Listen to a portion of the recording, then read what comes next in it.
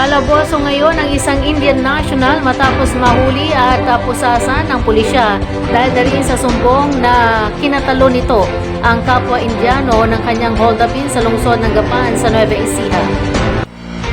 Sa ulat ni Police Lieutenant Colonel Wilmar M. Binag, Chief of Police ng Gapan, nagsumbong sa kanilang tropa na nagsasagawa ng checkpoint ang isang lalaking Indiano at sinabing siya umano ay hinold up ng kababayan nito na sakay ng isang motorsiklo habang siya ay nakatayo malapit sa isang burger stand sa may barangay San Nicolas. Tinutukan na umano siya ng baril ng lalaki at kinuha ang kanyang mga gamit bago mabilis na tumakas.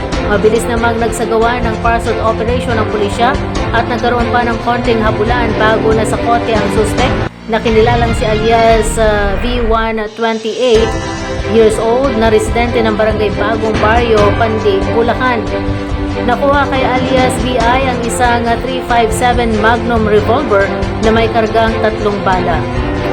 2,000 pesos at cellphone na ninakaw niya sa biktima. Naharap sa kasong robbery at paglabag sa Republic Act 10591 o Comprehensive Firearms and Ammunition Regulation Act. Ang suspect na kasalukuyan nakapiit sa naturang istasyon ng pulisya.